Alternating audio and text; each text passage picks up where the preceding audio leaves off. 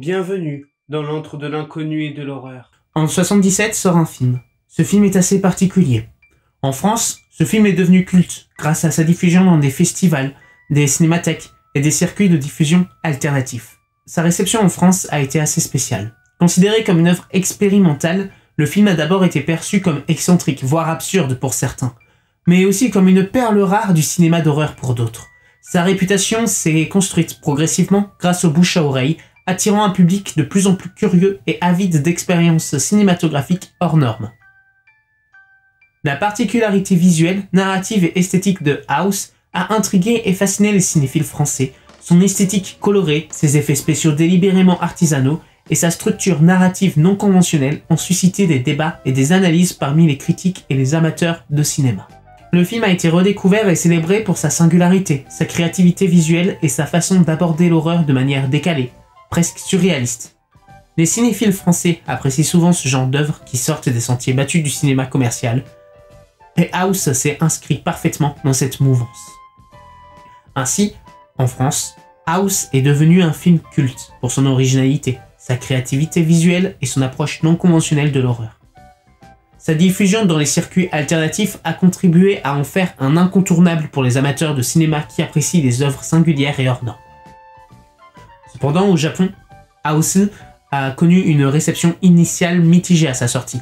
Il est important de noter que le film était assez différent des productions cinématographiques japonaises conventionnelles de l'époque. Sa nature expérimentale, sa narration déstructurée et son esthétique fantaisiste étaient plutôt inhabituelles pour le public japonais de l'époque.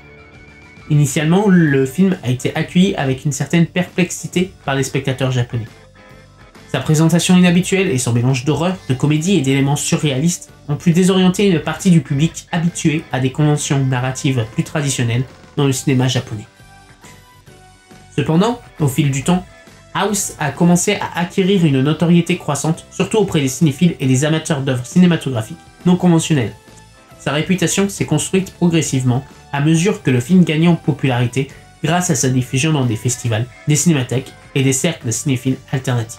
Le film a été redécouvert et réévalué pour sa créativité visuelle, son esthétique unique et sa capacité à briser les normes cinématographiques établies.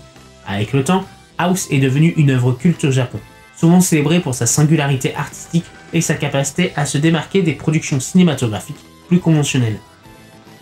Ainsi, bien que son accueil initial ait été mitigé, House est finalement devenu un film culte au Japon, apprécié pour sa créativité visuelle, son originalité narrative et son approche non conventionnelle de l'horreur, attirant un public fervent de cinéphiles en quête d'expériences cinématographiques uniques.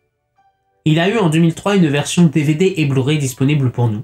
D'ailleurs, il a été diffusé en salle le 28 juin 2023, en même temps que Indiana Jones 5, et la veille de mon anniversaire. Mais bref, qu'ai-je pensé de ce film?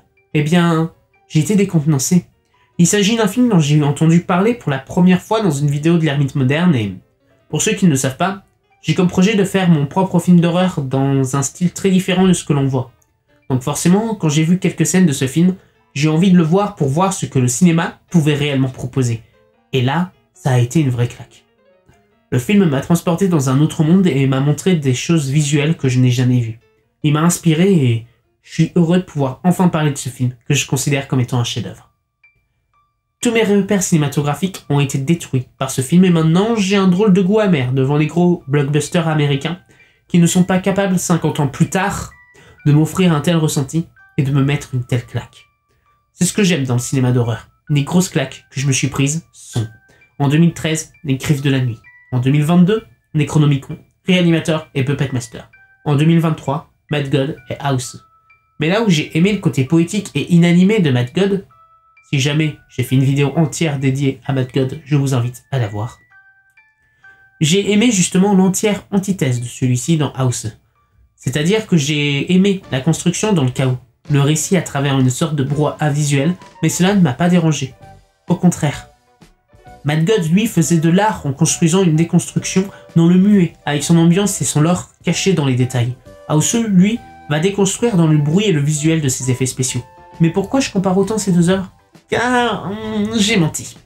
Mad God est la deuxième grosse claque cinématographique, et il s'agit d'un film américain sorti 50 ans après House. Donc ouais, il a fallu attendre 50 ans pour parvenir à arriver à la cheville de House.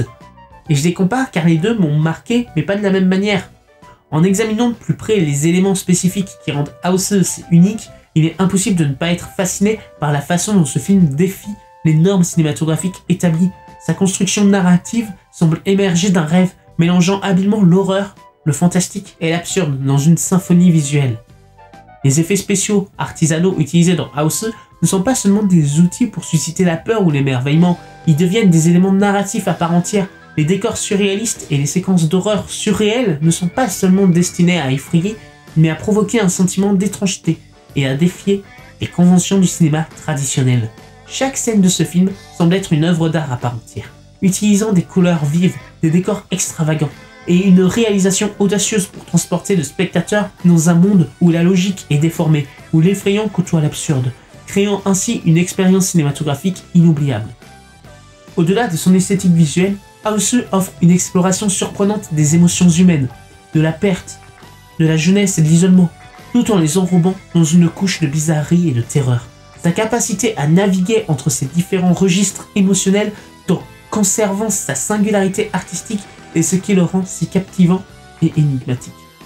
En somme, House est bien plus qu'un simple film d'horreur. C'est une expérience cinématographique qui transcende les frontières du genre et des conventions, et qui continue à défier et à intriguer les spectateurs par sa créativité débridée et sa vision audacieuse. Franchement, je vous invite à découvrir House, même s'il est perché, car ce film est une expérience visuelle unique, où on en ressort différemment après son visionnage. Il s'agit d'un de ces films qu'il faut voir une fois dans sa vie.